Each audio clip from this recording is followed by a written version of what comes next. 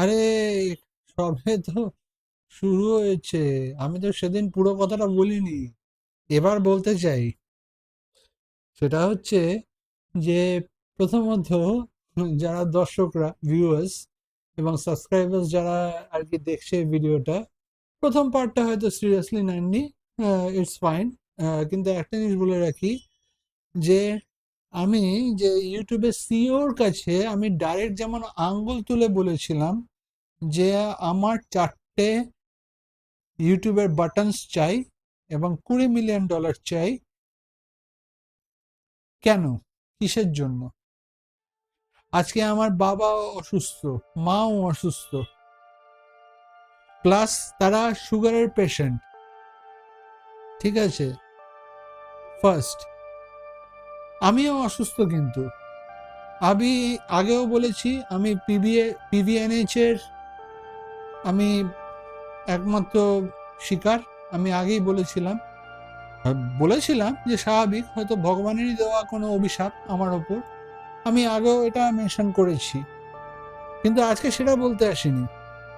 আজকে পুরো ব্যাপারটা শেষ করতে এসেছি এইভাবে যে, আমার থেকে আমার ক্রিয়েটিভিটি চুরি করে, ঠিক আছে, ইউটিউব যে এই 12টা episode known world unknown facts যে আমার থেকে যে নিয়ে সেই প্রত্যেক কটা ভিডিওর যে ভিউজ যদি দেখেন, এবং আপনাদের যে আমি সেদিন স্ন্যাপশটটা দেখিয়েছিলাম, কাগজটা দেখিয়েছিলাম, সেই কাগজটা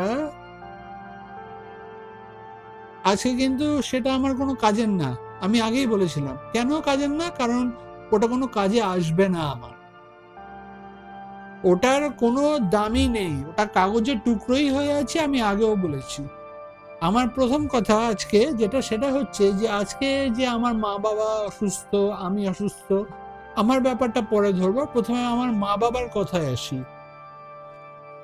বাবা 4 বছর ধরে যখন পুরো অসুস্থ হয়ে বিছানায় শোয়া অবস্থায় রয়েছে, তখন কি খালি আমি ইউটিউবের জন্য ভিডিও আপলোড করব, নাকি আমি আমার বাবার জন্য আমি কিছু ব্যবস্থা করব বা তার পাশে থাকব?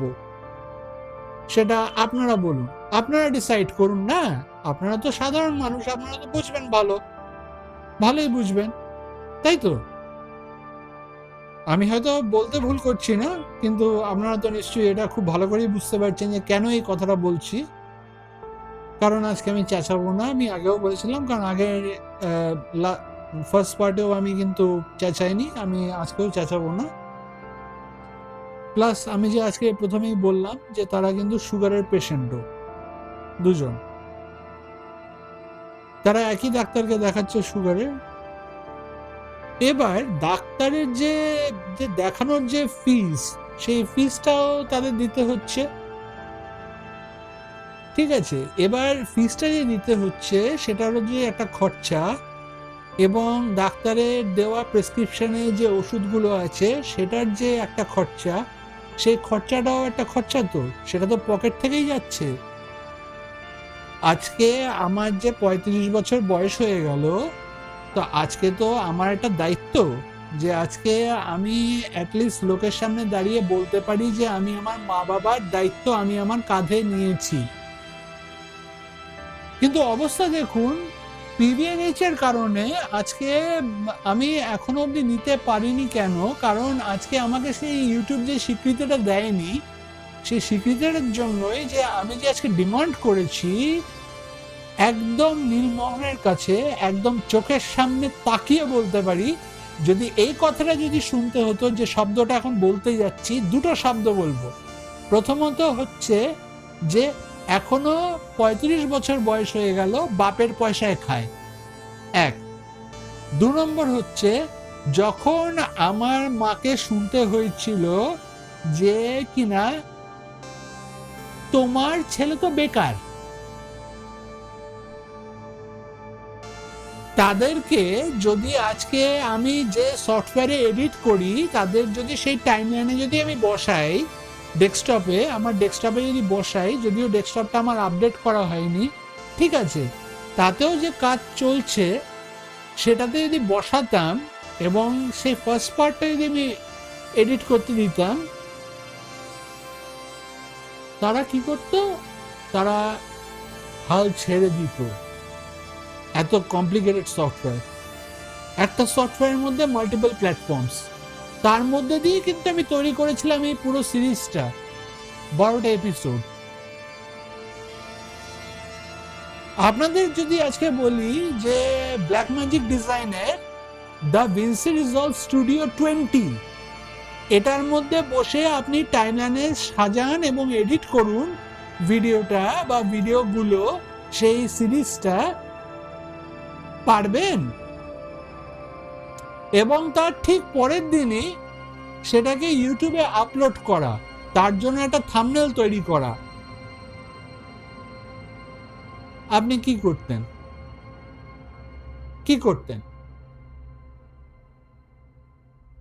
রাত জেগে জেগে এডিট করা, যেখানে কিনা আমার শারীরিক কন্ডিশন, যেটা আমি আগেও বলেছি, সেখানে তাহলে আপনারা কি করতেন? উত্তর আছে? ইউটিউবের সিইও একদম চোখের সামনে স্ট্রেট ফরওয়ার্ড বলছি, যদি তাকেও বলা হতো যে করুন এডিট, পারবে? পারবে না। সে নিজেই হতাশ হয়ে যেত, সে পাগল হয়ে যেত, বলতো পারবো না। আজকে তার অ্যাটিটিউড দেখুন, আজকে তার অ্যাটিটিউড যে এখনো যে সেই একই ধরনের রয়েছে। কারণ সিস্টেম তো, ইউটিউবের সিস্টেম তো শুধু, যেমন বলেছিলাম আগেই, যে শুধু গ্রাফের উপরই ডিপেন্ড করে না, কতজন ভিউজ হলো ভিডিওর, কতজন সাবস্ক্রাইবার্স হলো, কতজন সাবস্ক্রাইবার কমলো, হ্যাঁ, সেখান থেকে এই যে গ্রাফসগুলো যে দেখে পরপর, প্রত্যেকটা গ্রাফস যে দেখে, সেইটুকুর ওপরই ডিপেন্ড করে। মানুষের খাটনি এবং মানুষের যে পুরো রক্ত ঝরানো যে এই খাটনিটা, সেটার যে দাম তারা দিতে পারে না, সেটা তারা বোঝে না। তারা বোঝে কি, কিভাবে কন্টেন্টটা কি, এক, আর দুই হচ্ছে কন্টেন্টটা কি লেভেলে তৈরি হয়েছে সেইটুকু দেখবে, কিন্তু কিভাবে তৈরি হয়েছে সেটা দেখবে না, সেটা কোনোভাবেই দেখবে না। আজকে মা বাবার ওষুধের খরচা প্লাস আমারও ডাক্তারের আলাদা ফিজ আছে, সেটাও দিতে হয় ডাক্তারকে দেখাতে গেলে। এই দুনিয়ায় কেউ বলতে পারবে না যে কারোর এমন কোনো ডাক্তার আছে যে কিনা কোনো টাকা ছাড়া ফ্রিতে আপনাকে দেখবে, দেখে আপনাকে ওষুধ প্রেসক্রাইব করবে। করবে? করবে কি? করবে না। আজকে আমি চুল কাটতে গেছি, চুল আর দাড়ি কাটতে গেছি, আজকে শেভ করে এসেছি, সেখানে কত টাকা খরচা হলো আমার? 150 টাকা। 150 টাকার থেকে আমি ওটাকে সাইডে রেখে আমি যদি বলি, আজকে যা অবস্থা, আজকে বাবার পুরো পেনশনের ওপর এই পুরো সংসারটা চলছে, আমার ফ্যামিলি। অথচ আমি কিছুতেই কোনোভাবেই আমি কিন্তু কিছু কন্ট্রিবিউট করতে পারছি না, কারণ ইউটিউব সেই জায়গাটাই আমাকে দেয়নি। যদি এই কথাটাই যদি আমি সিইওর কাছে যদি আমি বলতাম যে এখনো তো তুই এখনো বাপের পয়সায় খাস, এটা সিইও সহ্য করতে পারবে? পারবে কি? তার তো বয়স তো বোধহয় আমার থেকে অনেক বেশি, বা আমার থেকে কম, বা আমার ইকুয়াল হতেই পারে, হতেই তো পারে না, কিন্তু সেটা নয়, সেটা তারা বুঝবে না। তারা মানুষের সেন্সিটিভিটি, তাদের ক্রিয়েটিভিটি, সেগুলোর পেছনে যে মানে কতটা খাটতে হয় সেই জিনিসটা দেখবেই না। তারা দেখবে যে কন্টেন্টটা কিরকম ক্রিয়েট হয়েছে, মানে কি কন্টেন্ট তৈরি হয়েছে, সেগুলো দেখবে। সেই ভিডিওসগুলোর ওপর কত ভিউজ হয়েছে সেগুলো দেখবে, সেগুলো ভিডিওর নিচেও দেখাবে যে কতগুলো ভিউজ হয়েছে।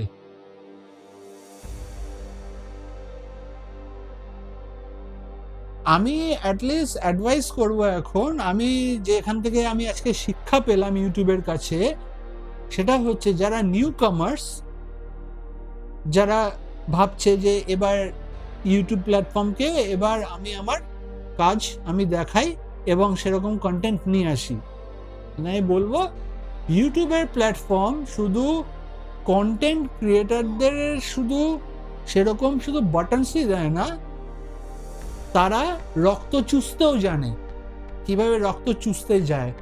কারণ আমি ফার্স্ট পার্টে আমি পুরোপুরি আমি আমার ক্ষত বিক্ষত চেহারাগুলো এবং আমার রিপোর্টসগুলো আমি পুরোপুরি পরিষ্কার দেখিয়েছি, পরিষ্কার। আমি দ্বিতীয়বার আর দেখাবো না। যদি অসুবিধা হয় ফার্স্ট পার্টে যান, ওখান থেকে যেখান থেকে আমার প্রেসক্রিপশনসগুলো থেকে শুরু করে আমার রিপোর্টসগুলো যা যা আছে ওখানে পজ দিয়ে দিয়ে আপনারা দেখুন। আমার বাবা আজকে রিটায়ার্ড ঠিকই, কিন্তু তারও তো পেনশনের উপরেই তো ডিপেন্ড করতে হচ্ছে না। একটা লোক, একটা যার কিনা এত বছরের চাকরি, সেই কিনা লাস্টে যখন রিটায়ার হয় তখন তো তার পেনশনের উপরই তো সংসারটা চলে। সেখানে আজকে 5 টাকাও যদি খরচা করতে হয়, সেখানে তখনও মানে 5 টাকা বার করা মানে হচ্ছে 10 বার ভাবা যে খরচা করব কি করব না। এই যে ভাবনাটা, এই ভাবনাটা বারবার মাথায় আসতে থাকে। এটা হয়তো আপনারা সাধারণত বুঝবেন না, বা যারা বুঝছেন, যারা সিরিয়াসলি দেখছেন তারা হয়তো বুঝবে, কিন্তু যারা হয়তো হাসি ঠাট্টা করে দেখছে যে হ্যাঁ একটা ছেলে বলে যাচ্ছে, হ্যাঁ সেটা তাদের জন্য, তাদের কাছে তো হয়তো এই জিনিসটা কোনো দামই রাখে না। আমি আজও প্রশ্ন করে যাচ্ছি যে এই সিরিজটা যে একটা জায়গা পেল, যেটা কিনা বাবাই করেছিলেন, বাবাই যখন অসুস্থ হয়ে পড়লেন তখন কি ইউটিউব এসছিল সাহায্য করতে, নাকি তার সিইও এসছিল সাহায্য করতে? আসেনি, আসবেও না। আমি যেই লেভেলে উঠেছিলাম তার জন্য গুগল অ্যাডসেন্সের লেটার আসা, গুগল অ্যাডসেন্সের লেটারটা আসা যে কত বড় একটা প্রাইস ছিল, আজকে সেই দুটো আমার কাছে একটা কাগজ হয়ে গেছে। ইউটিউবের স্ন্যাপশটের কাগজটা আর গুগল অ্যাডসেন্সের কাগজটা আজকে আমার কাছে একটা শুধু কাগজের টুকরো হয়েই রয়েছে, ওই দুটো। সেই হিসেবে বলতে গেলে আমি শুধু এইটুকুই বলবো যে আজকে আমার চোখের দিকে তাকিয়ে যদি সিইও, যদি নীলমোহন বলতে পারে যে সে যদি শোনে যে এত বছর বয়স হয়ে গেল এখনো বাপের পয়সায় খাস আর তুই বেকার, এই দুটো শব্দ যদি শুনতে হয়, সে পারবে সহ্য করতে?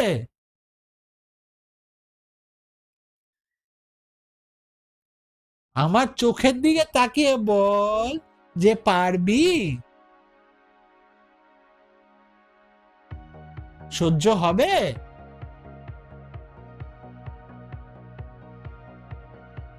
প্রথম পার্টটা যখন ছেড়েছিলাম, সেটা ফার্স্ট আমার মা যখন দেখেছিলেন তখন বলেছিল যে আমার ছেলের মধ্যে কোনো কমতি নেই। এবার দেখুক সেসব লোকেরা যারা কিনা আমাকে এইভাবে বলতো, এই কথাগুলো, এই শব্দগুলো যখন বলতো, তারা আজকে বুঝুক ভালো করে। শুধু হাত চালিয়ে কিন্তু মারা যায় না, কিন্তু একটা জিনিস বুঝবেন যে মারপিট ছাড়াও মুখের কথাতেও কিন্তু এমন মারা যায় যে কিনা শরীরে এমন ছাপ ফেলবে যেটা কিনা সারা জীবনও, এমনকি কোনো ডাক্তারও বা কোনো ভগবানও পারবে না সেই ছাপ মেটাতে শরীর থেকে। সেই ছাপগুলো না বডির ওপর পড়ে না, সেগুলো কোথায় পড়ে জানেন? এইখানে পড়ে, এইখানে। তখন মনে হয় যে মরে গিয়েও তখন কোনো শান্তি পাওয়া যায় না। আজকে ভয় পাই না, আজকে যে স্বীকৃতিটা যে দেয়নি, আর আমি যে ডিমান্ড করেছি যে আমার $20 মিলিয়ন আমার চাই, এবং আমার আমি বলেছিলাম 4টে বাটন যে আমার চাই, সেটা আমার সাধারণ চাহিদা নয়। আমার 17টা বছর যেটা কিনা কেড়ে নেওয়া হয়েছে আমার থেকে 2009 থেকে 2026 আজকে, সেই বছরগুলো তো ফিরিয়ে দিতে পারবে না। পারবে কি? পারবে কি? তারা যে আমার কন্টেন্টগুলো যে নিয়ে, যেটা কিনা আমার বাবা তৈরি করেছিলেন, যখন সে অসুস্থ হয়ে পড়লো, সিইও তো আসেনি, ইউটিউবের ইউনিটও তো কোনো আসেনি, কোনো ইউনিটই আসেনি, না লিগ্যাল টিম এসছে, না রিভিউর যারা কিনা রিভিউ করে, যারা সিস্টেমের ওপর দেখছে, তারার মধ্যে তারা কেউ আসেনি, কেউ আসেনি।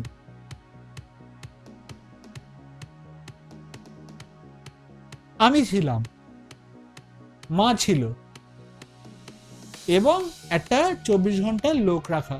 আজকে মায়ের পায়ের অবস্থা, যার কিনা নি রিপ্লেসমেন্ট হয়ে গেছে দুটো পায়েরই অনেক আগে, কয়েক বছর আগে নি রিপ্লেসমেন্ট হয়েছে, কিন্তু আজকে 2026-এ এসে তার ডান পা এমন ফুলেছে যে সে আজকে ডাক্তারকে পর্যন্ত দেখাতে পারছে না, এমন ক্রাইসিসের মধ্যে ফেলেছেন। আজকে আমি তার সাপোর্ট সিস্টেম হয়ে দাঁড়াতে চাই, আমি আমার মা বাবার পুরো রেসপন্সিবিলিটি আমার কাঁধে নিতে চাই, যে আমি বলছি, সে কথাটা কি মাথায় ঢুকছে আপনাদের? হয়তো এ কান দিয়ে শুনে এ কান দিয়ে বার করে দেবেন।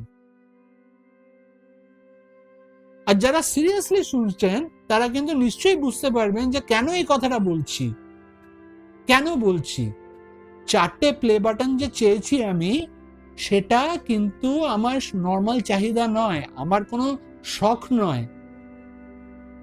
যারা এই কথাগুলো বলতো, সেটা হচ্ছে সেই 4টে বাটন দিয়ে তাদের মুখের মধ্যে এমন 4টে থাপ্পড় মারা, যারা কিনা সারা জীবন মনে রাখবে।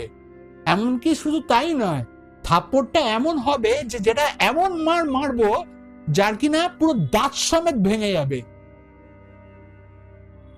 বেকার, বাপের পয়সায় খাই। ইউটিউব বানিয়ে দিয়েছে আমাকে সেরকম, কিন্তু আমি তা নয়, আমি ইন্ডিপেন্ডেন্ট হতে চাই এখন। ছোট যখন ছিলাম তখন ডিপেন্ডেন্ট হওয়া সেটা স্বাভাবিক, কারণ মা বাবা তার সন্তানকে সবসময় আগলে রাখতে চায়, এমনকি এখনো চায়।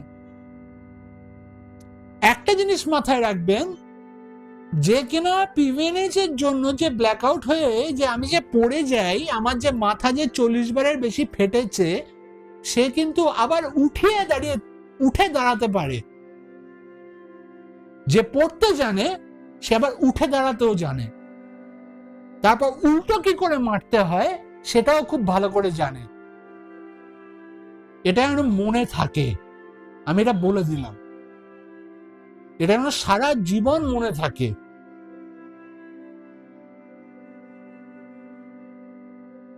আপনাদের ধন্যবাদ, আপনারা এপিসোডগুলো দেখেছেন, এবং আমি চাই যে আমার, যেহেতু আমি বললাম যে 4টে প্লে বাটন আমার কোনো শখ নয়, আর $20 মিলিয়ন আমার সাধারণ চাহিদা নয়, শখ নয়।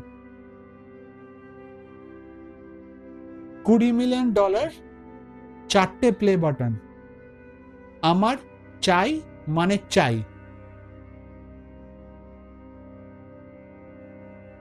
আজকে যে স্বীকৃতিটা যে দেয়নি, এটাই প্রমাণ করে যে ইউটিউব যাকে কিনা এই বঞ্চনা করেছে, আমার 17টা বছর কেড়ে নিয়েছে, মানে সে বাঘের মুখে হাত দিয়েছে। এবার তার হাত কাটা যাবে নাকি তার হাত আমি ছিঁড়ে দেবো, সেটা এবার শুধু সময়ের অপেক্ষা। বাঘের মুখে হাত দেওয়া অত সোজা নয়, অত সোজা নয়। বাঘ যখন গর্জন করে না, ঠিক সমান একজন মায়ের কথা, যে কিনা বলেছে যে আমার ছেলের মধ্যে কোনো কমতি নেই, এই কথাটা যে বলা, সেইটা বাঘের গর্জনের থেকে কম নয়। সে কিনা এমনকি এমন শক্ত শব্দ যে কিনা একটা উঁচু পাহাড়কে ভেঙে 1 সেকেন্ডের মধ্যে টুকরো টুকরো করে ফেলতে পারে, যেটা কিনা ইউটিউব আমাকে যেমন টুকরো টুকরো করেছিল, সেগুলোর উত্তর আমি আগেই চেয়েছিলাম আগের পার্টে, আর এটা সেকেন্ড পার্টে আমি বলছি। এবার আপনারা কি ভাববেন সেটা তো আমি জানি না, আমি সেটা নিয়ে আমি কিছু ভাবছিও না। আমার যে কন্টেন্ট দেওয়ার ছিল সে কন্টেন্ট আমি দিয়ে দিয়েছি। এবার বাকিটা আপনারা বুঝে নিন, যারা মজা করে দেখেছে, আরে ঠিক আছে একটা ছেলে বলে যাচ্ছে, আরে বলে তো যাচ্ছি, হচ্ছেটা কোথায়? কিন্তু হবে, ভাঙন ধরানো শুরু করিয়ে দিয়েছি।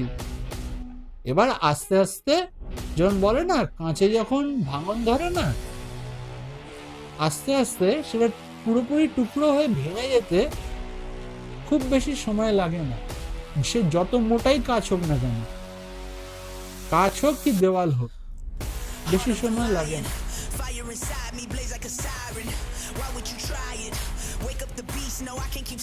আমার যা বারুদ ফাটাবার সেটা আমি ফাটিয়ে দিয়েছি একদম পুরোপুরি।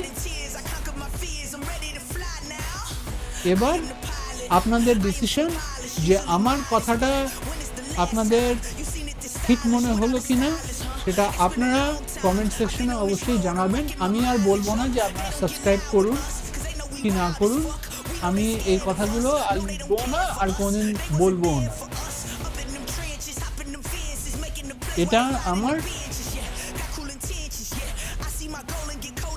লাস্ট পার্টের, যেটা কিনা আমি বলছি লাস্ট পার্টের যেটা আমার আপলোড হবে তার ঠিক আগের পার্টের ভিডিও। লাস্ট পার্টটা কি হবে সেটা আপনারা নিজেরাই আইডিয়া করে নিতে পারবেন। আর সিইও নীলমোহন, সাবধান, আমার থেকে সাবধান। আমাকে কিন্তু অত ছোট ভাবা বন্ধ করুন। আমি এখনো বলছি, ভদ্রভাবে বলছি, কিন্তু আমার চোখে যে আগুন জ্বলে আছে আর বুকের ভেতরে যে আগুন জ্বলে আছে না, অত সহজে নিভবে না। আমার 17টা বছর খেয়েছিস, 17টা বছর ভুলে যাব না। 2009 থেকে 2026 আজকে, অত সোজা না, অত সোজা না।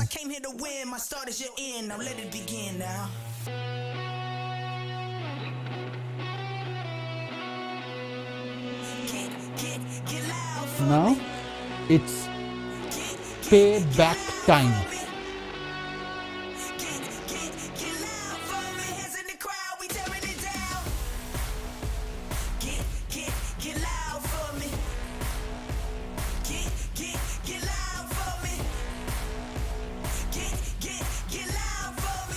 যাওয়ার আগে খালি একটাই কথা বলবো, আমার চোখের দিকে যখন তাকাবি তখন দেখবি যে তুই কি দেখতে পাস, সেটার উত্তরটা তুই নিজেই দিবি, কমেন্ট সেকশনে লিখবি, যদি সাহস থাকে লিখবি। আর যদি না লিখিস তাহলে বুঝবো যে তুই একজন কন্টেন্ট ক্রিয়েটারের যে জীবন নষ্ট করেছিস, যে 17টা বছর যে নষ্ট করেছিস, তার দাম দেওয়ার সময় এবার এসেছে। Be careful, be careful.